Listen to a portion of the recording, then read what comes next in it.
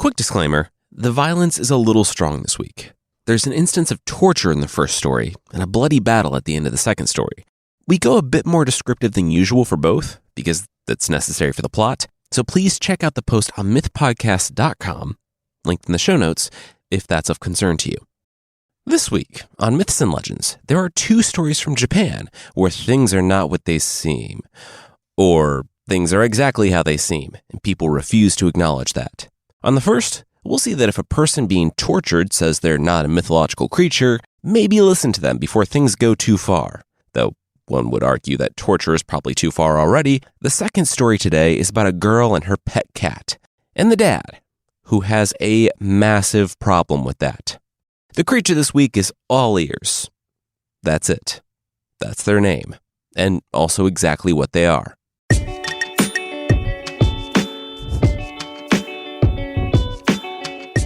This is Myths and Legends, episode 286, Cat Dad.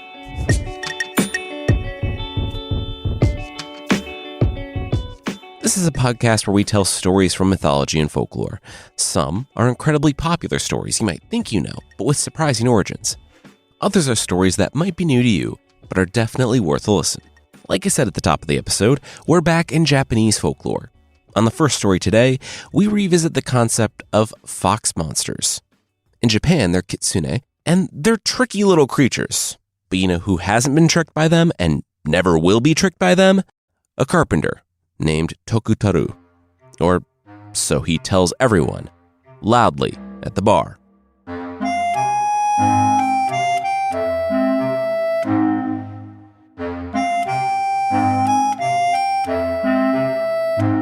Tokutarō, the carpenter, drained his cup of wine and shook his head.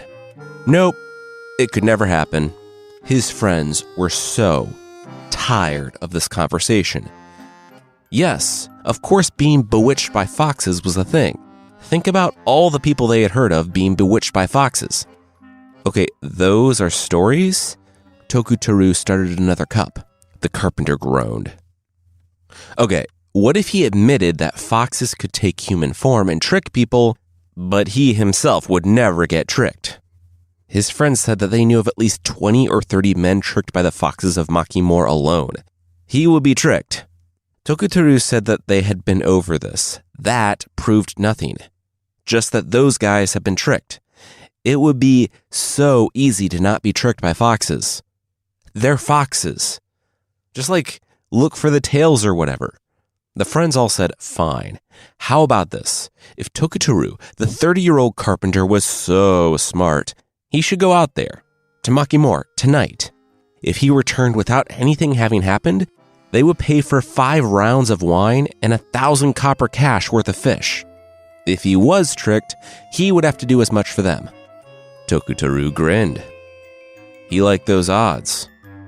Sure, he'd take that bet. At dusk, he rose and said he would be back tomorrow. They should have his wine ready.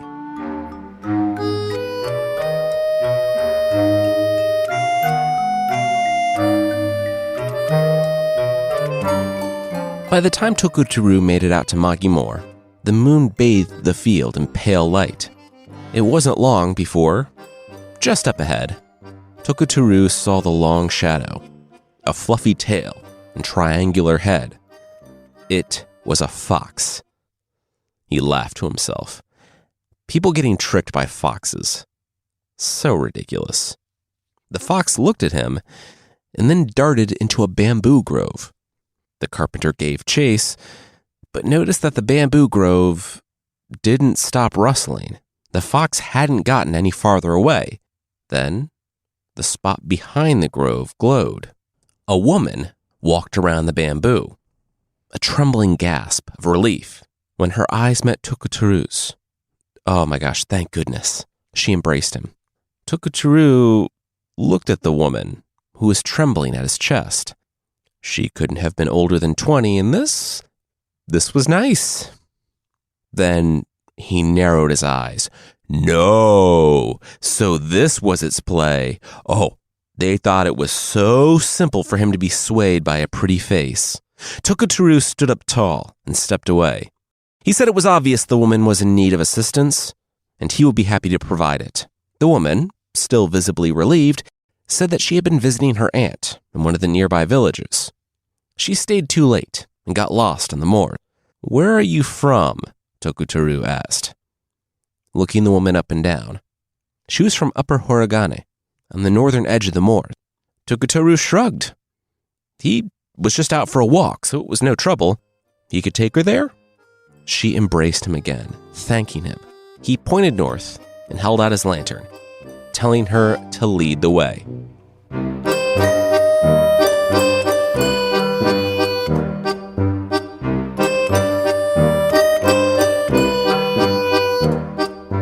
Tokutarō spent most of the walk with his eyes locked on the young woman's backside. To look for a tail, of course. No other reason. As thorough as Tokutarō made his search, though, he couldn't see anything other than her backside. Oh, this one was good. She had a thorough story, too. She was the daughter of the village headsman. She knew all the right people. In fact, Tokutarō actually remembered her from a time when a number of the women had visited his own village, a time that she referenced. This fox had done her homework. Finally, the village glowed in the distance, and the headman's house sat on the outskirts. The young woman rapped on the door before entering. Her parents stood, surprised. She was home? Tokutarō grinned. There it is. The young woman said yes. She talked to them about this? She wasn't staying the night. She had always planned on coming back this evening. Her parents shrugged. Okay. Sure was late, though. The young woman said it would have been a lot later, if not for her rescuer. She gestured to Tokutarō with a smile. The family invited Tokutarō in for some wine, to thank him for helping their daughter.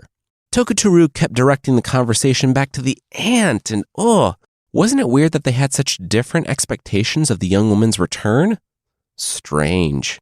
When it was time for him to be going, Tokutarō rose. He asked the father if he could have a word in private. The father met him at the back door. Tokutarō got right to the point. That young woman who returned with me? She isn't your daughter. The father asked, What? Tokutarō nodded. He explained how, out on the moor, he saw a fox go into a bamboo thicket. When Tokutarō chased the fox, the young woman walked from behind the thicket. Huh? Yeah, she said she was lost. Tokutarō laughed. Yeah, that's what she said. He knew better, though. What are you saying? The man eyed Tokutarō. I'm saying that your daughter is still with her aunt, or lost on the moor, or anywhere but inside that house. You're saying my daughter is a fox monster, a kitsune. Tokutarō said, finally. The man was starting to get it. The headsman nodded solemnly, then broke out laughing. Honey, get this, he said, barging back into the house. This guy here thinks our girl is a fox goblin? A kitsune? The young woman had a look of confusion on her face. What? The mother, though, didn't share the father's laughter or the daughter's confusion. She stood, indignant, that the man would level such an accusation at her girl. The father went over to his wife. It was ridiculous, sure, but the man was obviously, drunk or something. The father rubbed the mother's shoulders, and both of them turned to Tokutarō. It was time for him to leave. But they froze when they saw their daughter and the knife that Tokutarō had to her neck. Okay, buddy, what are you doing? She's a fox. I know it. She might be able to hide it, but I'll peel off this false skin myself. The foxes can't trick me, Tokutarō said through gritted teeth. Let's all just calm down, the parents said, inching closer to Tokutarō. Back up, Tokutarō barked. Parents froze. He pointed to the closet. They needed to get in there.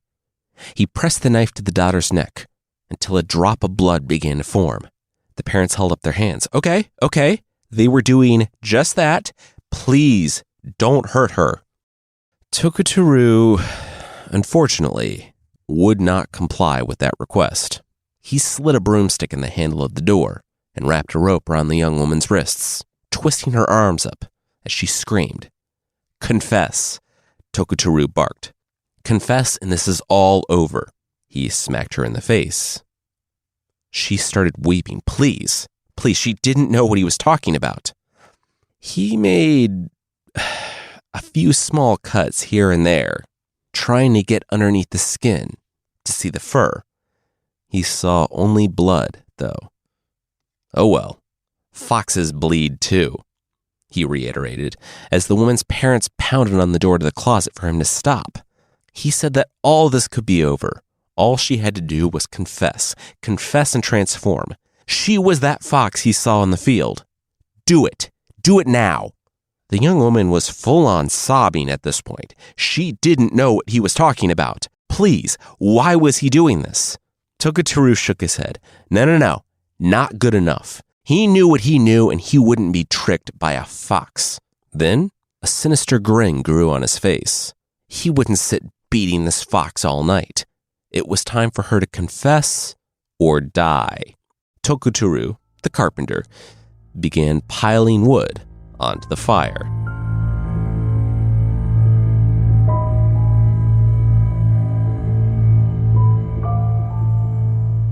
The parents heard the screams from the darkness of the closet. They heard the crackling of kindle. They heard Tokutarō's laugh, telling their daughter that she better hurry up and change back. The fire was starting to lick at the edges of her clothes.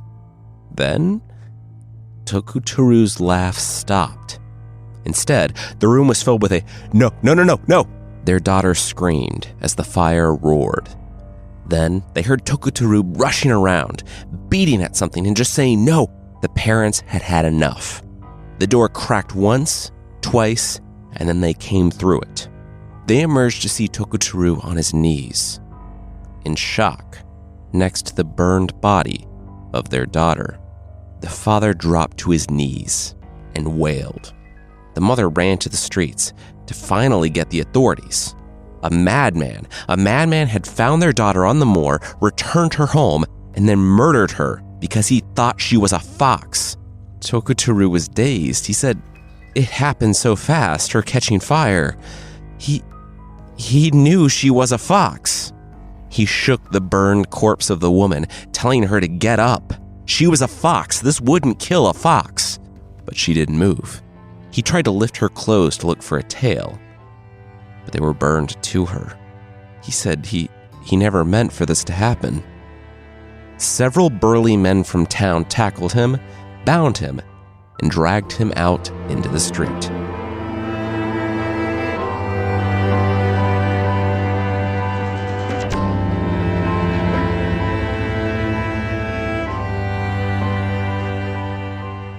It was almost morning when Tokutarō appeared before the lord of the region. He had a manor just outside of town, displeased at having to get out of bed. And also the senseless, brutal murder of the young woman in her home. He grumbled. All right. At dawn, this man would be executed before the town. As the men were dragging the carpenter out, Tokutarō, resigned to his fate, heard a... Wait. Tokutarō? He turned to see an acolyte. A monk in training. A man he knew. The acolyte nodded and followed the mob to the cage where they were holding Tokutarō. "I thought she was a fox. I knew it," Tokutarō said, still unable to process that he had killed that young woman. He was a murderer. He broke down again. Eventually, he told the acolyte about the bet and how he thought he was above being tricked by the foxes, how he let his pride blind him to the truth, that she wasn't a fox. She was a young woman with the world ahead of her, and he had killed her. It had all been such a terrible accident. The acolyte reached through the bars of the cell and, gripping his friend's shoulder, told Tokutarō that he understood. The carpenter had done a terrible thing. But the acolyte had an idea. If there was a way for the carpenter to both pay for his crimes and live, would Tokutarō be open to that? Tokutarō thought about it. Yeah, absolutely.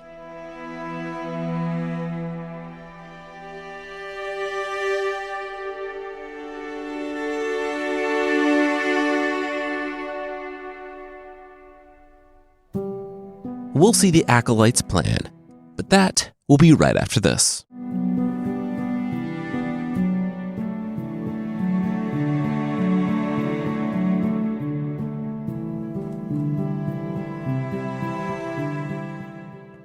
And you are okay with this? The Lord asked the headsman. The headsman nodded.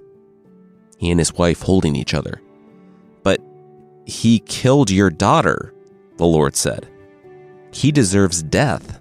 The husband and wife took a deep breath and looked at the acolyte, who nodded to them.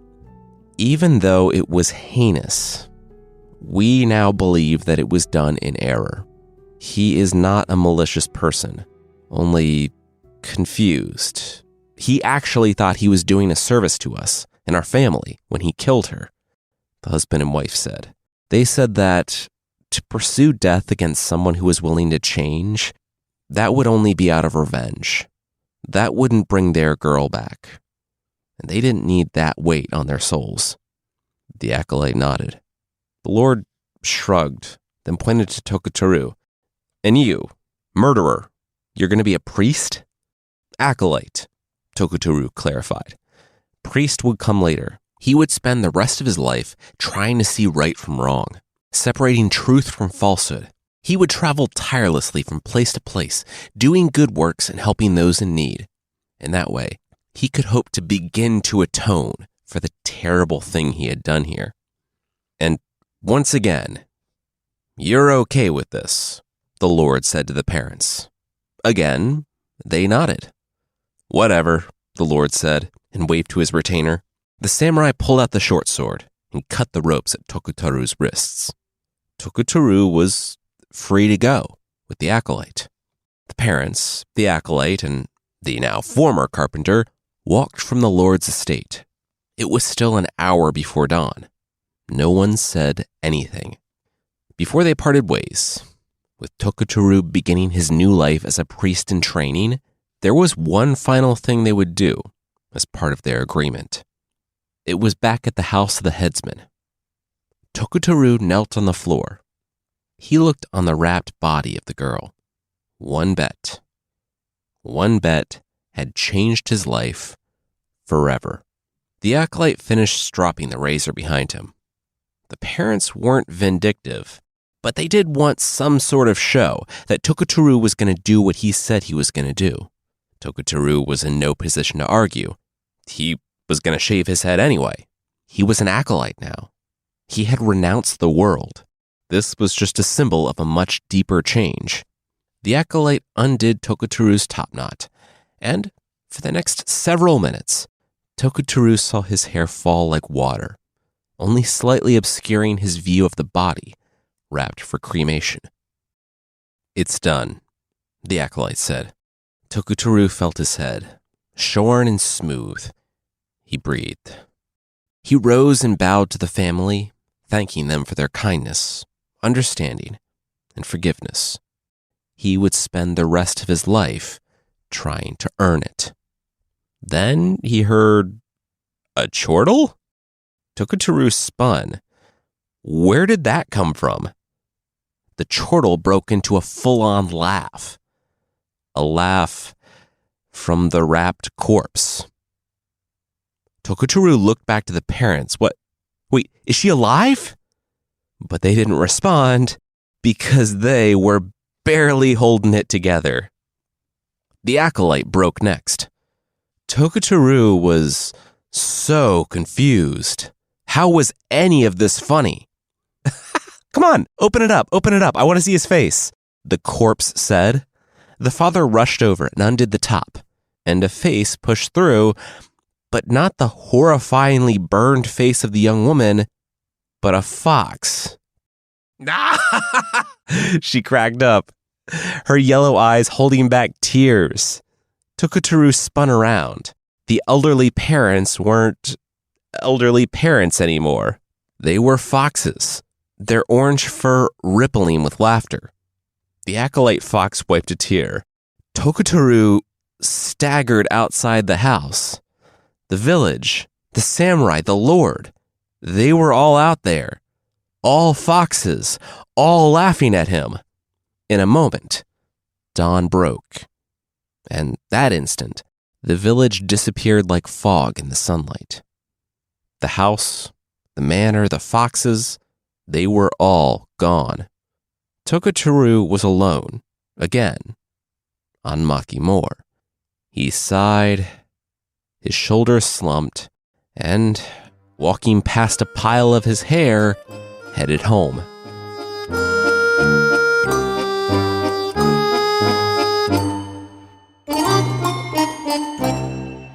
Tokutarō! The former carpenter heard at the bar the following night. How'd it go with the foxes? Tokutarō walked in, and a bag of copper thudded down on the table in front of the men. They were confused. What happened? Tokutarō pulled off the handkerchief that he had wrapped around his head, revealing his baldness. The bar exploded into laughter, and Tokutarō sat down and told them the whole story.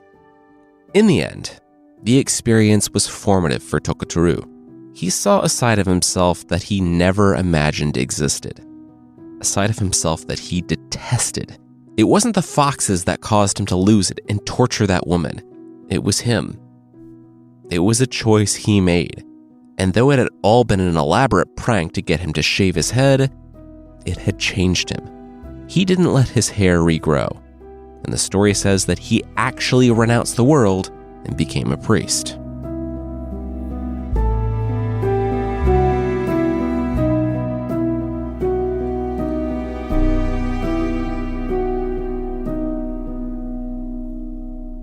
So, I loved this story. It got super dark, though, before it got better. A long time ago, we told the story of the kumiho, the Korean magical fox. And I mentioned that the Japanese one was similar but different in that it wasn't inherently malicious. This is the kitsune.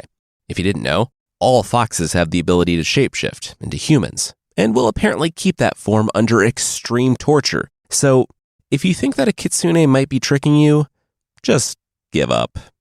Don't fight it. You will not win that one. Next up, it's the story of a friendly cat. But is he too friendly?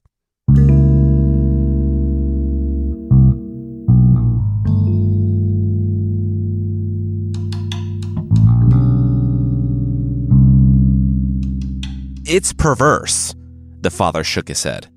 It's a cat, the mother rejoined. A tomcat, the father pointed out. The mother shrugged. So? It was her pet.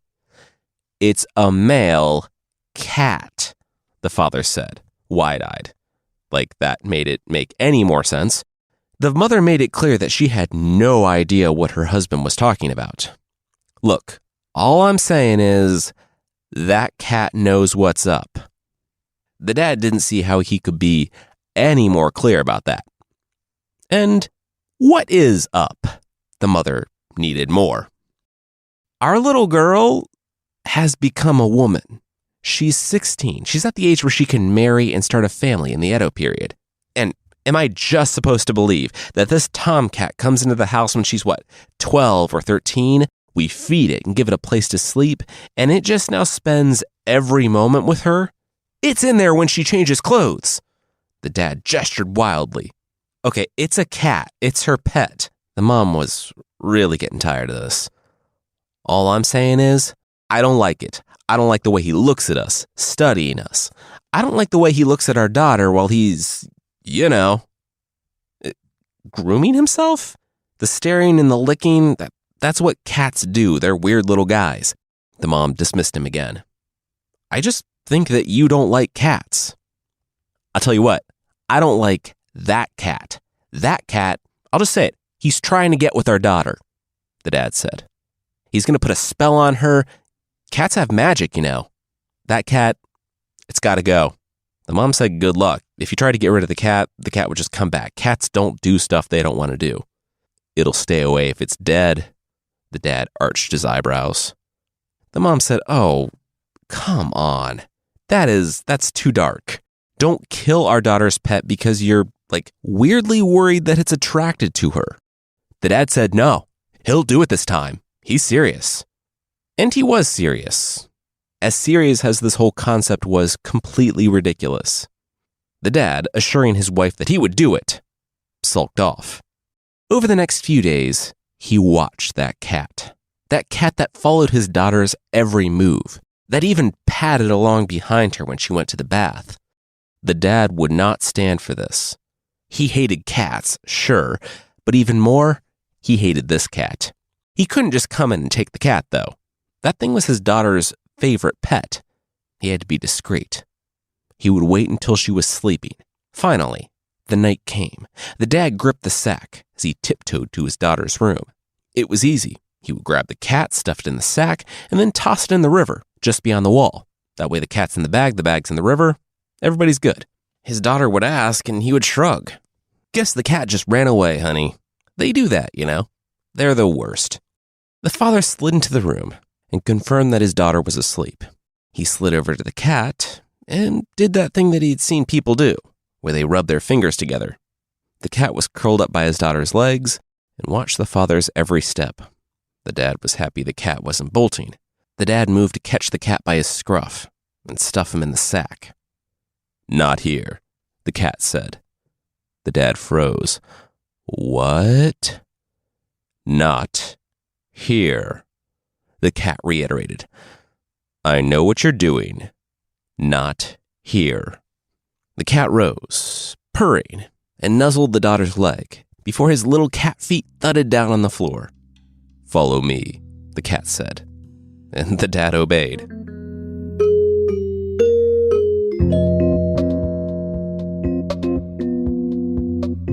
We'll see what the whole deal is with this talking cat, but that will, once again, be right after this.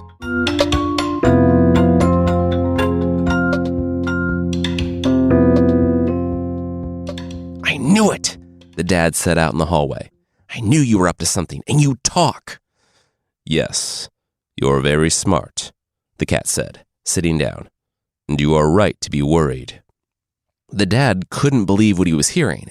The cat admitted it. Oh, he was so dead. "Your daughter is in grave danger," the cat said, and looked the father up and down. "But not by me. I promise you, once he is vanquished, I will leave." The father was confused. He didn't quite understand what the cat was saying, but he was more wary now. He didn't know what this thing's powers could be. It could be able to do magic. It could be a demon, an oni, some sort of shapeshifter, a god. He needed to tread carefully, wait until he had the advantage. "Well, what do you need to be out of my house?" the dad asked. The cat nodded. "Very nice. Straight to the point." Well, his adversary was large. The cat looked the father up and down. The cat needed aid if he was to kill him. The father said, "Okay, he would help." "Excellent. Then you can get me Bucci." The father asked, "Who or what is a Bucci?" Bucci, it turned out, was a legendary warrior cat. In cat culture. For the humans, he was Bucci, the pet cat who lived with the guy down the street. "Your cat said my cat is some great warrior, and now you need my cat to help kill some vague adversary because you think your cat might be still trying to get with your daughter?" the neighbor asked. "And this is the only way you can get him to leave?" The father said, "Yeah, that was pretty much it." The neighbor shrugged. "Sure, whatever." "Bucci, where's my boy Bucci?"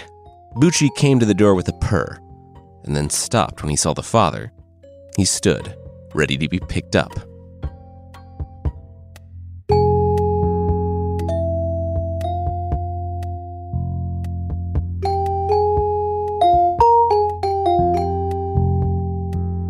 "Hey, Bucci? The tomcat that's been following my daughter around said he needed your help. You're like some great warrior or something?" The dad hefted the cat in his arms, feeling the animal's bulk. "A warrior slaying what? Kitty treats?" Bucci just looked at him. "Can you talk, too? Can all cats talk?" Bucci just looked at him. "What's up? Cat got your tongue?" Sorry, I had to. You're a cat refusing to talk to me. I'm a dad. That joke was basically inevitable. All right, here we are, Bucci. They were at the man's estate. The tomcat was outside. I heard you coming. Cats have the best hearing of the household pets, the tomcat said, and then nodded to Bucci. Bucci? Bucci nodded back. He said he hoped this was worth it. He was missing brushy time. The granary, the tomcat said, and the father hefted Bucci to the granary. Put him down, the cat commanded in the granary, after the father had closed the door behind them. So, how's this gonna go down? What's your plan here? The dad asked.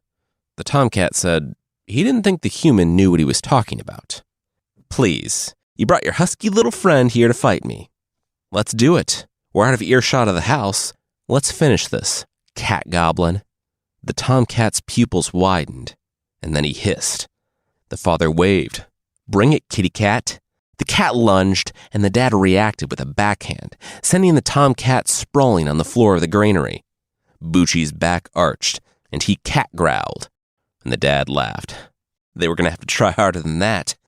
But that was when he felt the claws tear at his robe and the skin underneath it. He cried out and turned. What? A third cat? But it wasn't. It was a rat. An old rat. One that had grown until it was almost as tall as the father himself. Its dead, black eyes looked up at the father as it raised its long, hooked claw again. The father stood frozen. There was something here. The cats were telling the truth. The giant rat brought his claw down, but it never made contact. The tomcat, who hadn't been attacking the father but the giant rat looming behind him, had recovered. It flew from the ground and caught the rat in the wrist, biting into its matted, mangy fur. The rat shrieked, a scream that was cut short by Bucci hitting his throat like the cat cannonball he was. The battle had begun. The father dragged himself back, a smear of blood following him as he pushed on the floor of the granary. The rat had size, but the cats had ferocity. Every time they were thrown away by the monster, they hit back harder, and the battle went on. The cats were pummeled, the rat was torn. Everyone started to flag, but they knew the first to quit would be the first to die. Then the rat flung the tomcat up to the rafters. The tomcat had to cling to the wood to avoid falling to his death. He had to hang there and watch Bucci die. Without the tomcat, Bucci was alone against the monster rat. He hissed and lunged, taking out an eye, but the rat buried its claws into the side of the cat. Bucci cried out, and the rat flung him to the ground. The rat was feral. The fight had made it hungry. It bit into Bucci. The tomcat, though, would not let Bucci the warrior cat's death be in vain. He retracted his claws and dropped. By the time the rat monster felt the weight on its back, it was too late. The father watched as the cat's claws found the rat monster's throat and opened it. The blood poured down, and the rat monster flung the tomcat to the ground. It would try to attack, but it would never make it. It collapsed. The father sat stunned as the tomcat limped over. The cat said it had heard the rat, one day, skulking around the outside of the daughter's room. From that day forward, the cat never left the daughter's side. Everything that the father feared from the cat, that was what the rat would have done. It had lived too long, grown too powerful. I'm so sorry I didn't trust you, the father said to the cat. The cat replied that he was tired. He curled up in the father's lap. He said that he would make good on his promise. His adversary had been slain, and now the cat would go away. The father said, "What? Was the tomcat joking?" He had just saved the family. He wasn't going anywhere. The tomcat purred for a moment, and then the purring ceased. The tomcat had succumbed to his injuries. He was dead. The father sat with the tomcat's body for a long time after that, before going to tell the others. The body of the rat was tossed in the river. Bucci and the tomcat were buried with honors, and a statue was erected for them so that no one would ever forget what they did for the family. And the father? Well, one morning, not too long after, he came home with a kitten. Ostensibly, the kitten was for his daughter, but she soon moved out. In reality, the cat never left the side of the father, and he was all right with that.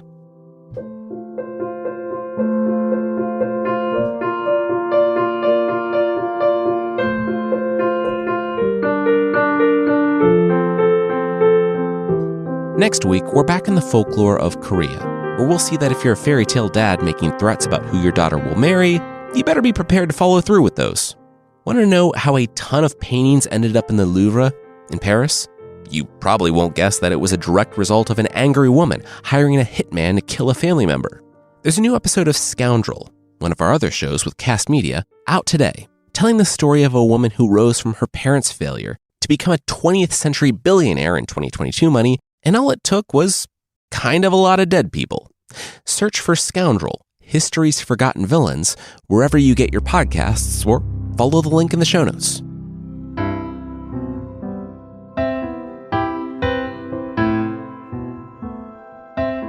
The creature this week is the Panati from Roman folklore. I have small ears, I've been told, so even though I might like to use my ears as a makeshift blanket or shirt or flap them to escape uncomfortable social situations, I'll never have that luxury. Because I'm not the Panati. Now, the Romans weren't the first multicultural empire, but the writings of some of their historians seem to straddle the line between myth and history. Like, they wanted to understand the different cultures that they came into contact with and also might try to conquer, but not too much. They never actually came into contact with the northern Scandinavian island of the Panati, also called Panati. According to one source, Panati means all ears, because that's what they were. The Panati, the people, were all ears. I mean, they were only like 40% ears tops. They probably had other hobbies and interests too, but people only ever seemed to really focus on the ears. And I mean, their ears were noteworthy. Apparently the ears were so warm that these people, who lived in what Pliny the Elder called the Icy Sea, didn't need to wear clothes. They just walked around naked everywhere, wrapped in their giant ears. They can also, apparently, wrap their arms in their ears, and, like Man-Bat, flap off with their skin wings whenever they feel like they're in danger. Truly, if these ears are strong enough to lift a human in the air, the possibilities for giant ears are endless. There's flying and clothes, like we've talked about, but you could tie them to trees and have a makeshift hammock, tie them together to carry groceries. You could have a sleep mask, a backpack. You could throw them over yourself when you're working at a coffee shop so people don't see you looking at 17th century drawings of naked guys with giant ears. So many uses. There's something weirdly transcendent about giant sleeping bag ears. In addition to Pliny the Elder, a few different writers 1500 plus years after the fact mention these same people. I don't know what they're saying because I keep quitting trying to learn Latin after the first couple of chapters, but the internet assures me that it's a further description of these people. There's also the Dagai, a witch we talked about in episode 244 from the Torres Strait Islands, north of Australia. The origin story of the Panati is a bit more disappointing though. Circling back to my mention of the Roman historians, in a footnote to Pliny the Elder's description of the Panati, it's speculated that these people don't, in fact, have giant ears, but rather were just a group of people the Romans chanced on who kept their hair short, making their ears look supernaturally large. Seems like a bit of a cop-out, but if it was the case, this whole island of naked guys with just short hair spawned centuries of legends about Dumbo-eared human monsters.